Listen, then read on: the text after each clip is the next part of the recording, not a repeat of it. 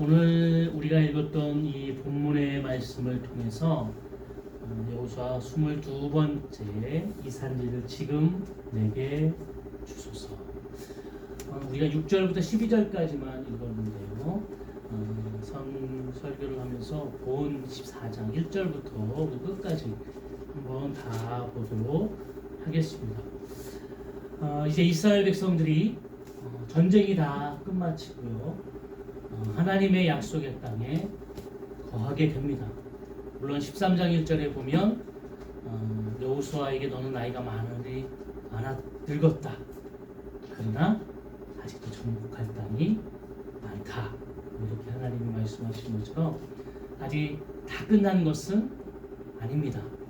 끝날 때까지 끝난 게 아니죠.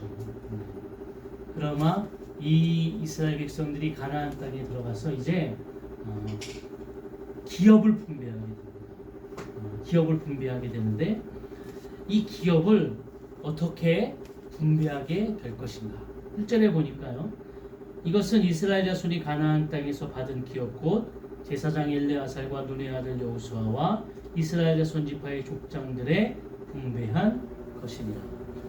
민수기에 보면 모세가 다 이야기했습니다. 너희가 들어가게 되어지면 제사장과 여호수아와 그 다음에 각 족장에 각 족속의 지파장 대표자들이 모여서 이 기업을 어떻게 분배할 것인가 이제 그것을 하게 되는 거예요. 그런데 어떻게 분배하게 되냐면 2절에 보면 여호와께서 모세에게 명하신 대로 그들의 기업을 제비 뽑아 9지파와 반지파에게 주었으니. 그러니까 분배 방법은 제비를 뽑는 거예요. 제비를. 그러니까 뭐 말하자면 너는 사람이 많으니까 너한테 많이 주고, 너는 사람이 적으니까 적게 주고, 너는 힘이 세니까 많이 주고, 너는 연약하니까 조금 주고. 이게 아니에요. 내가 여기 찜 했다고 해서 여기를 내가 받는 게 아니라 무엇을 어느 곳에 받을지 모릅니다. 그러니까 이 제비 뽑는다라는 이 말은 뭐 우리가 지금 살아가기 복불복이다 이렇게 얘기하는데 그 복불복이 아니에요. 그러니까 세상 사람들이 얘기할 때는 운명이고 뭐 무슨 뭐 그렇게 얘기하잖아요. 뭐 그런데 우리가 하나님 안에서 이루어지는 이 제비 뽑기는 인간의 방법이 아니라 인간의 생각이나 인간의 욕심이 아니라 하나님의 방법으로 하나님께서 그들에게 주어지는 하나님의 뜻을 구하는 방법입니다. 그러니까 교회에서 일꾼을 세울 때 지금이야 일꾼들을 세우면 뭘 하죠? 투표하잖아요. 투표. 지금은 뭐 민주주의의 어떤 거기에 입각해서 투표를 합니다. 그런데 원래 교회는 투표를 하는 게 아닙니다. 교회는 일꾼을 세울 때 제비를 뽑는 거예요. 근데 여러분 이 제비를 뽑는다는 것이 제가 이렇게 학생회도 하고 청년부도 할 때에 아이들에게 이제 요즘 애들은 뭐 안 하려고 그래요. 잘 사실. 부담스러워하죠. 그냥 교회 왔다 가면 되는데 거기에 임원이라는 직분이 주어지게 되면 안 할 수도 없고 할 수도 없고 좀 부담스러워하는 건 사실이에요. 근데 이게 어떤 인기에 편승돼서 내가 회장이 되고 내가 임원이 되는 것이 아니라 또 안 하려고 하는 아이들조차도 제비를 뽑자. 우리가 기도하고 하나님께서 선택하신 하나님의 일꾼이 뽑힌다고 생각하고 너희들이 그게 뽑혔을 때 그냥 하나님이 나를 사용하시려고 하는구나 이렇게 생각하고 순종하면 된다. 이렇게 했을 때 아이들의 마음이 사실 조금 더 하나님의 일을 하면서 좀 더 깊이 힘을 얻습니다. 내가 하나님께서 나를 이렇게 뽑으셨구나. 나는 인기가 좋아서 투표를 해서 뽑힌 것이 아니라 하나님이 나를 이렇게 내가 너를 사용하기 원한다. 이런 제비 뽑는 방법으로 하셨구나. 그래서 예수님의 제자들을 뽑을 때에도 이게 제비를 뽑았고요. 이런 방법들을 초대교회는 사용했습니다. 뭐 지금도 사용하는 교회들이 있다고는 해요. 그런데 많은 교회들이 사실은 지금은 투표를 많이 하죠. 근데 우리가 하나님 안에서 보게 되어지면 하나님의 뜻을 구한다는 것이 되게 중요한 거예요. 왜냐하면 인간의 생각이나 욕심으로 되어지는 것이 아니거든요. 내가 무엇을 하나님께 부여받을지는 모르는 겁니다. 그리고 이것을 부여받음을 통해서 우리가 더 깊이 이게 하나님이 주신 거구나, 하나님이 나에게 맡기신 것이구나라는 어떤 사명감과 확신이 임하게 되어지는 거죠. 오늘 3절부터는 그 왜 9지파 반만 기업을 받느냐, 이것은 우리가 요단 이쪽과 저쪽을 통해서 이 편과 저 편 본 것처럼 요단강을 건너기 전에 루벤과 갓과 므낫세 반지파는 그 전 땅에서 자기의 기업을 삼았습니다. 그래서 그것을 받았기 때문에 9지파 반만이 받게 되어지고요. 그리고 여기서 레위 지파는 기업을 받지 않습니다. 그러면 11지파만 기업을 받게 되어지는데요. 어떻게 12지파가 되었을까요? 창세기 49장에 보면은요, 야곱이 죽을 때에, 그때 그 유언을 할 때에 요셉의 아들 에브라임과 므낫세를 야곱이 자기 아들로 삼습니다. 그래서 에브라임과 므낫세가 기업을 받게 되는 거예요. 원래 이 기업은 야곱의 아들, 12아들에게 주어지는 거거든요. 그런데 하나님께서 이제 야곱을 통해서 요셉의 아들을, 자녀를, 그러니까 족보가 꼬였어요, 사실은. 에브라임과 므낫세는 조카인데 요셉의 아들인데 그들의 반열을 아버지 반열로 올려버렸어요. 내 아들 삼겠다. 그래서 레위 지파의 그 기업이 에브라임과 므낫세 지파로 가는 겁니다. 참 이게 하나님의 참 희한한 은혜죠. 그래서 그렇게 받게 되어져서 오늘 요셉의 아들을 통해서 레위 지파는 기업을 받지 않고 나머지 지파들이 기업을 받게 되어집니다.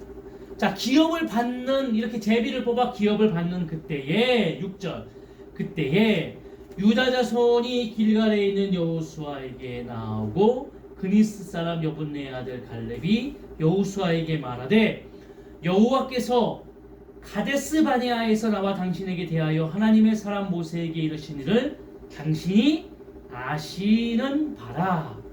자, 가데스 바네아에서 어떤 일이 있었습니까? 갈렙이 쭉 설명을 해요. 12명의 형제들이 갔습니다. 근데 10명의 형제들, 정탐꾼들은 들어갈 수 없다. 거기엔 큰 아낙 자손이 있고 그들은 기골이 장대하고 힘이 세고, 그러나 그들이 이야기했던 것 중에 반전은 뭐지? 그러나 하나님이 이야기하신 대로 그곳은 젖과 꿀이 흐르는 땅이다. 참 이게 굉장히 상반되잖아요. 하나님께서 분명히 내가 젖과 꿀이 흐르는 땅으로 너를 인도하겠다. 그거 맞아요. 그런데 그 뒤에 내가 너희를 그곳에 인도하겠다. 너희에게 주겠다. 이 말은 믿지 않는 거예요. 믿었다면 젖과 꿀이 흐르는 땅을 본 순간에 그 안에 있는 장애물이 무엇이든지 가야 됩니다. 그런데 그들이 본 키가 창대하고 기골이 큰 아낙자손을 보았을 때 그들은 간담이 서늘해져서 못 갑니다. 그 이야기를 갈렙이 해요. 그러나 여호수아와 갈렙만이 하나님 앞에서 아니다. 하나님이 우리에게 주셨다. 우리는 가면 된다. 순종하면 된다. 이렇게 이야기하고 가는 거예요. 그러나 이스라엘 백성들은 10명의 정탐꾼 말을 듣고 되돌아오죠. 그때 하나님이 여호수아와 갈렙만이 내가 약속한 땅에 들어갈 수 있다. 그리고 갈렙에게 이야기하는 거죠. 네가 밟는 땅을 내가 내게 주겠다. 네가 밟는 땅을 내게 주겠다. 이것을 달라고 이야기하는 거예요. 갈렙이 뭐라고 그랬어요? 하나님이 나에게 45년 전에 내가 40살 되었을 때에 갈렙도 나이가 작은 건 아니었어. 네. 40살 되었을 때에 하나님이 내게 말씀하셨던 것을 이루기를 원한다. 나에게 그 땅을 달라고 이야기합니다. 근데 여기서요, 오늘 갈렙을 설명할 때에 그 갈렙은 6절에 보면 그때 유다 자손이 길갈에 있는 여호수아에게 나오고 그니스 사람 여분네의 아들 갈렙이 이렇게 되어 있어요. 갈렙은 어디 사람입니까? 그니스 사람이에요. 그러면 이 갈렙은 이스라엘의 전통적인 유대인일까요? 아닙니다. 한번 찾아볼까요? 창세기 15장입니다. 오늘 창세기를 많이 보게 될 것 같아요. 왜냐하면 이게 지금 역사적인 것들을 보니까요, 창세기를 많이 볼 것 같습니다. 15장 18절 한번 읽어볼까요? 그날에 여호와께서 아브라함과 더불어 언약을 세워 이루시되 내가 이 땅을 애굽 강에서부터 그 큰 강 유브라데까지 네 자손에게 주노니 곧 겐 족속과 그리스 족속과 감몬 족속과 헷 족속과 보리스 족속과 르바 족속 아모리 족속과 가나안 족속과 기르가스 족속과 여부스 족속의 땅이라 하셨더라. 아멘. 아브라함에게 약속하셨어요. 내가 이제 너희의 자손이 400년 동안 나라에 객이 될 것이다. 이방 나라에. 그리고 그 후에 그들이 다시 이 땅에 돌아오면 내가 이 땅을 주겠다. 어디서부터요? 쭉 설명하는 거예요. 겐 족속과 그리스 족속과 감몬 족속, 이들의 땅을 다 주겠다라는 거예요. 근데 여기 무슨 족속이 있냐면 그니스 족속이 있어요. 이 그니스 족속의 사람이 갈렙이에요. 쉽게 얘기하면 우리가 성경을 보게 되어지면은요, 하나님께서 성경을 볼 때에 지금도 사람들은 정통적인 유대인, 뭔가 정통성을 얘기하고 뭔가 족보를 얘기하고 혈족을 얘기하고 혈통을 얘기합니다. 물론 그게 중요하지 않다는 얘기가 아니에요. 중요합니다. 그런데 하나님의 구원의 역사와 하나님의 나라를 통해 일하는 놀라운 역사를 바라보게 되면 이방의 족속이라고 할지라도 하나님께서는 하나님의 놀라운 역사를 이루어 가신다. 갈렙도 마찬가지. 갈렙이 지금 뭡니까? 유다 족속의 대표가 됐어요.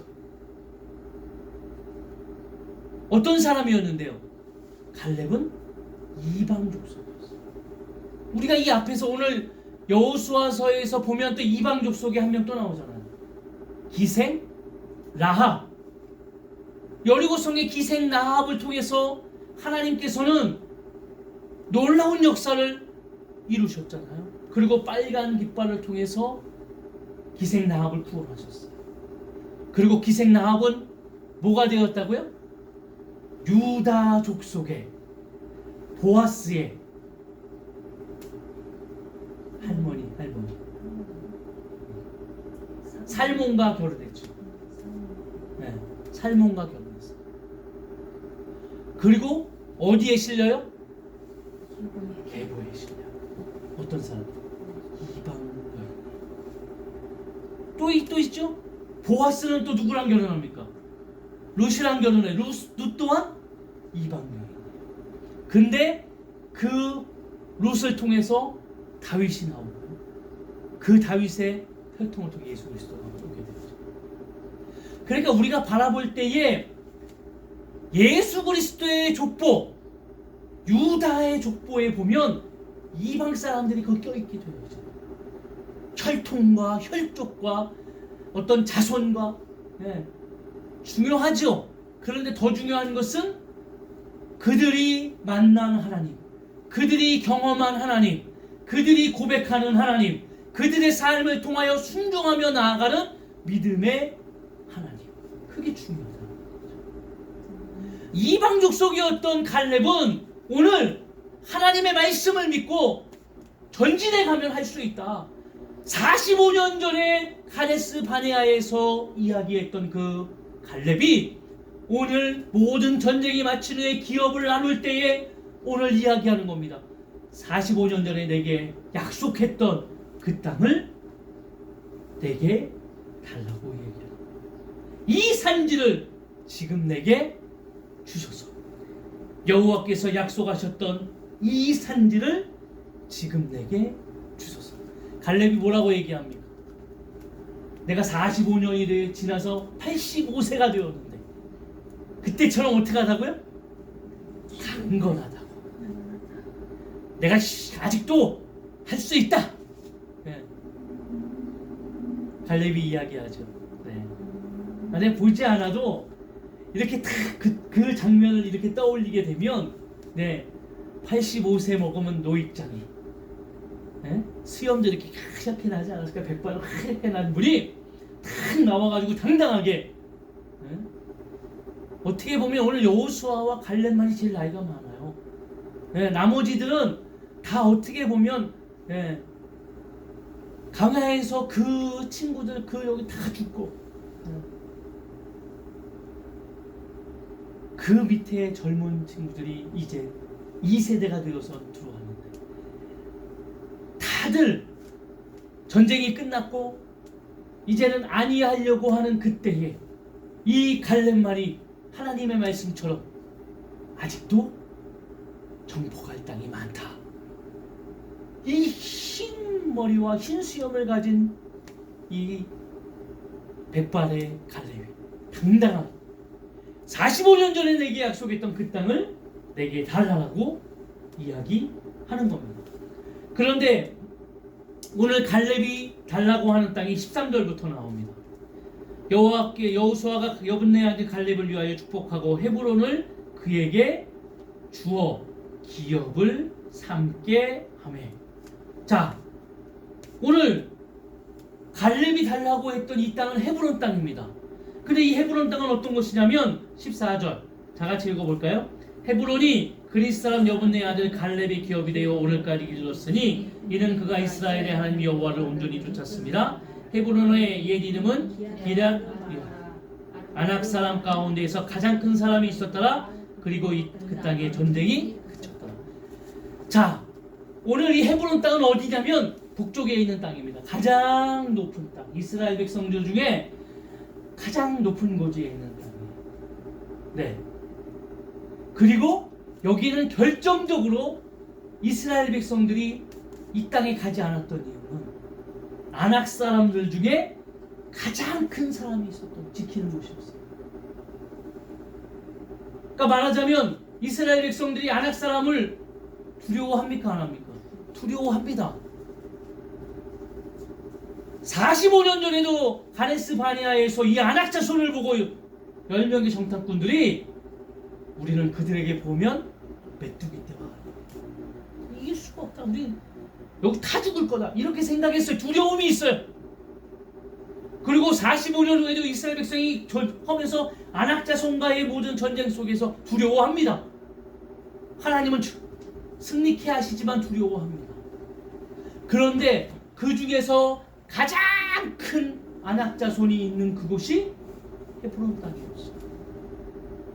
그러면 생각해 보세요. 왜 갈렙은 이 헤브론 땅을 달라고 했어요? 갈렙이 85세가 되고 노익장에서 장군같이 말이죠. 무슨 우리가 영화에 보는 그런 영웅처럼 짜자잔 나타나서 내가 저기를 이겨버리겠다, 내가 정복하겠다, 이렇게 나타났을까요? 성경은 그렇게 기록하는 게 아니거든요. 성경은 지금 갈렙을 영웅으로 만들기 위해서 기록한 것이 아닙니다. 갈렙이 헤브론 땅을 달라고 하는 이유가 있지 않겠어요? 네? 갈렙이 85살에 살면서 어떤 것이 좋은 땅이고 어떤 것이 평지고 어떤 것이 정말 기름진 땅인지 몰랐을까요? 눈 딱 뜨면 아이 강남 땅을 달라고 그래야지, 거기가 노른자 땅, 이거 몰랐을까요? 다 압니다. 오늘 뭐라고 그랬어요? 저가 밟는 모든 땅을 주겠다. 그 말은 갈렙이 내가 저 땅을 먼저 갖겠습니다 하면 그 땅을 갖는 거예요. 근데 오늘 아직 전쟁도 끝나지 않아서 거기는 아직 아낙 자손들이 버티고 서 있어요. 그 땅을 차지하려면 전쟁을 해야 됩니다. 아낙 자손을 물리쳐야 돼요. 그것도 가장 큰 아낙 자손. 그런데 왜 갈렙은 그곳을 달라고 했을까? 성경에 그 답이 나와 있어요. 찾아볼까요? 창세기 오늘 많이 찾았는데 13장.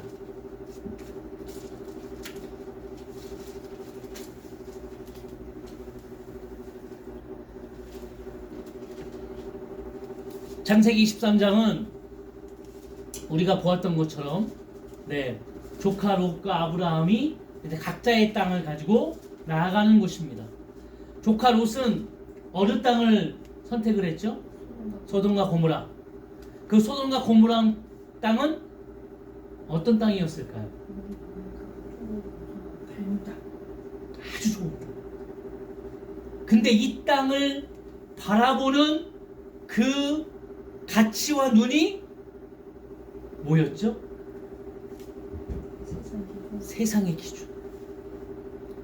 그래서 이 땅을 바라보면서 조카 롯이 뭐라고 그랬어요? 뭐라고 그랬죠? 네.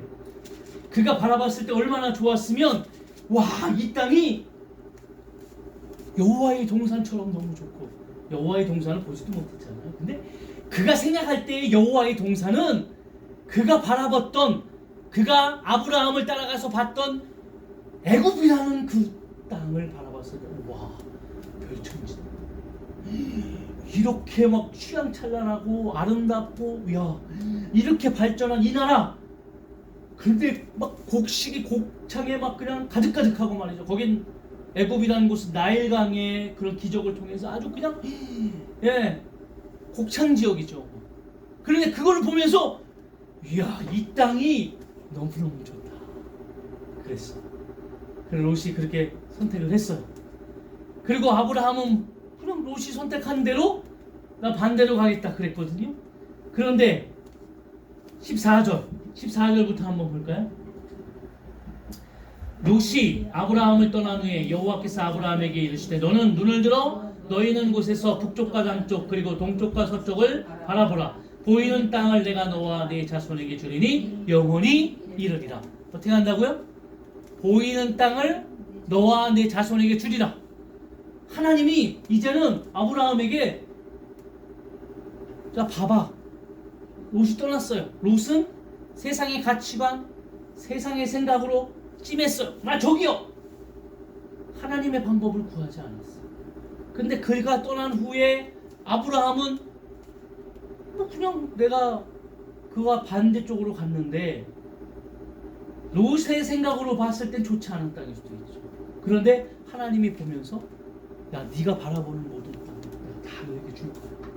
그러면서 16절 내가 내 자손이 땅의 티끌과 같게 하리니 사람이 땅의 티끌을 세우기 셀 수 있을진데 내 자손도 세리라. 너는 일어나 그 땅을 종과 횡으로 두루다녀 보라. 내가 그것을 내게 주리라. 이에 아브라함이 장막을 옮겨 헤브론에 있는 마블의 상수리 수풀에 이르러 거주하며 거기서 여호와를 위하여 제단을 쌓았더라. 어디라고요? 헤브론. 헤브론에 있는 마물의 상수리 나무, 거기서 제단을 쌓았어요. 아브라함이 이렇게 다니면서 헤브론에 잔을 잡아요. 여기는 누가 주셨다고요? 하나님이 주신 땅이에요. 하나님이 주신 이 땅에서 그래서 아브라함은 쭉 삽니다. 23장 창세기 23장 1절 사라가 127세를 살았으니 이것이 곧 사라의 누린 횟수라. 사라가 가나안 땅 헤브론 곳 기럇 아르바에서 죽음에 아브라함이 들어가서 사라를 위하여 슬퍼하며 애통하다가 4절 나는 당신 중에 나그네여 거류하는 자이니 당신 중에서 내게 매장할 소유지를 주어 내가 나의 죽은 자를 내 앞에 내어다가 장사하게 하시오. 그래서 오늘 아브라함이 나그네 된 아브라함이 처음으로 돈을 주고 산 땅이 이 땅이에요. 오늘 사라를 매장한 이 땅. 네. 그런데 중요한 건 뭔지 아세요? 요셉을 또 아버지 야곱을 요셉이 야곱을 장사하러 오잖아요. 어디로 장사하러 옵니까? 이 땅에 장사하러 오는 거예요. 아브라함이 샀던 이 땅, 할아버지 어떻게 보면 증조 할아버지인가요? 할아버지가 샀던 이 땅에 지금 돈을 주고 산 이 땅에 장사하러 오는 겁니다. 네. 그 땅은 어떤 땅이냐면 하나님이 주신 땅, 약속의 땅. 거기에 야곱도 이삭도 살았고요. 이삭도 살았어요. 창세기 35장 27절에 보면은 거기에 이삭이 삽니다. 이삭이 야곱이 기랏 아르바의 마브레로 가서 그의 아버지 이삭에게 이르렀으니 기랏 아르바는 곧 아브라함과 이삭이 거류했던 헤브론이더라. 그냥 아브라함은 하나님이 주신 이 땅에서 계속 사는 거예요. 그 자손들이 계속 삽니다. 왜? 이 땅은 하나님이 주신 땅.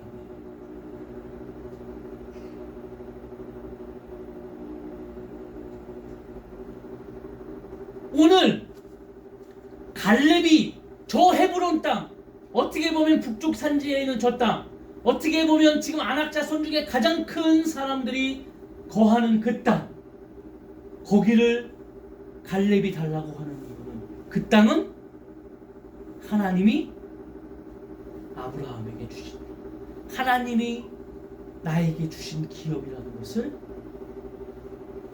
갈렙이 깨달은 거예요. 유다 자손을 통해서, 족속을 통해서 아브라함에서부터 하나님이 저 땅을 주셔서 저기에는 묘소도 있고 저기에는 계속적으로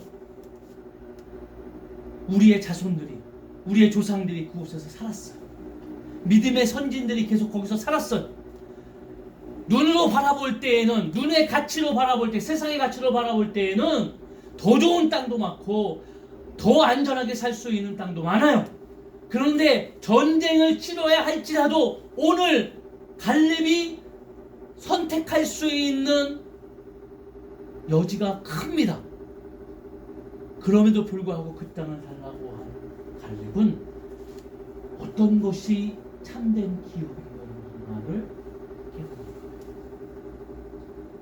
오늘 우리 인생도 마찬가지입니다. 많은 사람들이 우리의 삶을 통해서 왜 예수 믿는 사람은 왜 그렇게 어렵게 삽니까? 왜 예수 믿는 사람들은 왜 그렇게 어리석게 삽니까? 이런 얘기들을 안 들어보시나요? 듣습니다. 어떻게 보면 세상 사람들이 바라볼 때 보면 더 지름길이고 좋은 길이 있는데도 불구하고 예수 믿는 사람들은 어떻게 보면 좁고 협착한 좁은 길로 가기 위해서 오늘도 그것을 선택합니다. 그러나 중요한 것은 넓은 길에는 거기에는 생명이 없고 좁은 길은 어려울지 모르나 그곳엔 생명이 있습니다.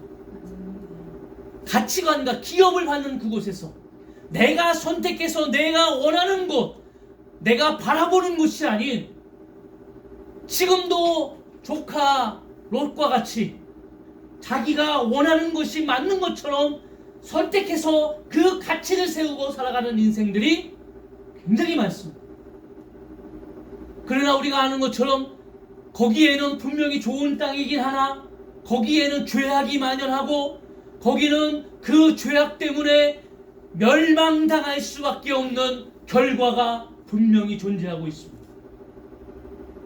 성경은 우리에게 그걸 가르치고 있습니다. 거기에는 분명히 내가 본 가치 속에서는 내가 본 욕심과 내가 바라보는 기준점에서는 거기가 너무 좋지만 그러니까 세상 사람들이 뭐라고 얘기해요? 돈을 많이 벌려면 뭐가 있어도 가야 된다고요? 하이 리스크. 큰 돈을 벌려면 리스크, 거기에 따르는 위험성이 클지라도 가야 된다. 그래야 돈을 번다는 거예요. 세상의 논리죠, 세상에. 네. 그 말은 뭐 아니면 도라는 거죠. 잘 되면 돈을 벌 수도 있고, 그러나 잘못되면 근데 그것이 진리인 양 사람들이 이 얘기를 합니다. 아, 부자 되고 싶어, 성공하고 싶어. 그러니까 뭐라고 얘기해요? 그래? 그러면 큰 위험을 감수해요. 네가 산 땅이 좋아? 네가 바라보는 것이 좋아? 근데 거기엔 죄악이 만연해. 거기에는 하나님의 생명이 없어. 거기에는 분명히 그 유혹과 미혹을 통해서 절망과 그 죄악 가운데 멸망당할 수밖에 없는 그 길이 있어. 근데 내가 지금 잘 살고 내가 잘 먹고 떵떵거리고 하는 이게 지금 좋은 거야. 나중에 어떻게 되는 거는 생각하지 않아. 그러나 갈렙은 어떻게 선택했나? 내가 지금 좋은 것이 아니야. 지금 산지에 있고 안악자손에 있지만 능히 나는 거기 정복할 수 있어.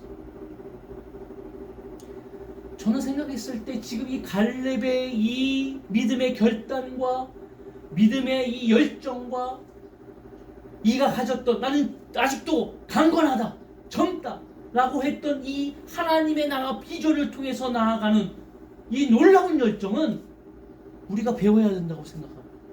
이스라엘 백성들 가운데에서도 이것을 통하여 얼마나 많은 사람들이 바라보지 않았겠어요.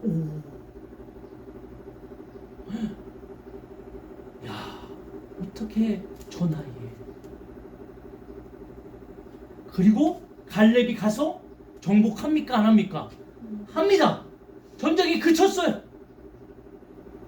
벌벌 떨고 두려워하던 그곳에 갈렙은 당당히 가서 정복합니다. 그리고 하나님의 기업을 누리게 돼요. 거기에 여리고성과 같은 장애물이 있을지라도 그곳에 많은 사람들이 가지 않는 좁은 길일지라도 그곳에 생명이 있고 그곳에 하나님의 비전이 있고 그곳에 하나님의 나라의 놀라운 역사가 있다면 우리는 오늘도 그곳을 선택해야 될 줄로 믿습니다. 갈렙과 같이 이 산지를 지금 내게 주셨어요. 이 산지가 지금 내가 하나님 앞에 받은 이 기업이 세상 사람들의 눈에 보일 때에는 어리석고 유연해 보일지라도. 그래서 사도 바울이 뭐라고 그랬어요? 십자가의 도는 세상 사람들이 볼 때에는 뭐라고요? 어리석고 미련한 것이지만 우리에게는 생명과 구원과 능력이 있는 그것이 십자가의 도. 십자가를 지고 가는 그 길. 오늘 하나님의 기업이 우리 가운데 임했습니다. 무엇을 선택하고 내가 무엇을 바라보고 가는 것은 내가 선택하는 것. 어디로 가시겠습니까? 어느 곳을 선택해 가시겠습니까? 하나님의 것을 바라보고 하시기를 원합니다. 그건 내가 선택하는 거죠.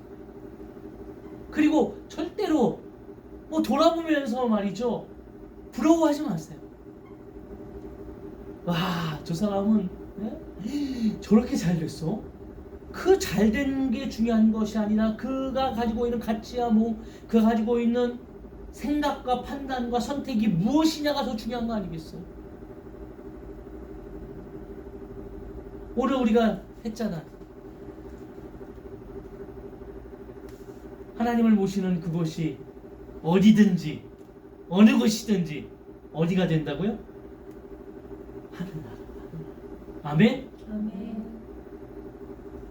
이것을 정말 우리가 믿는다면 오늘 갈렙이 선택했던, 갈렙이 오늘 고백했던 이 놀라운 믿음의 열정과 고백이 오늘 우리 가운데 임하여질 줄 믿습니다.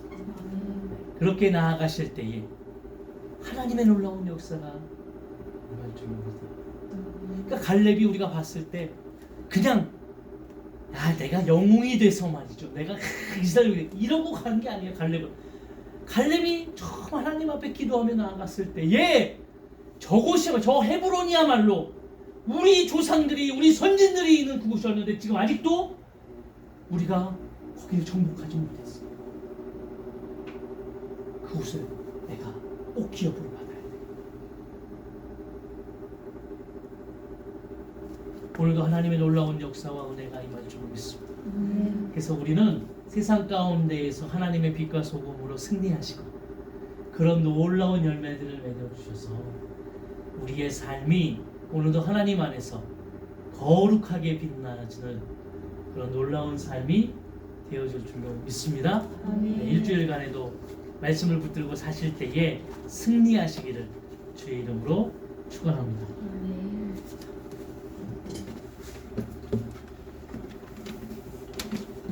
자, 결단하면서 오늘 이 산지를 내게 해주소서. 예, 고백합니다.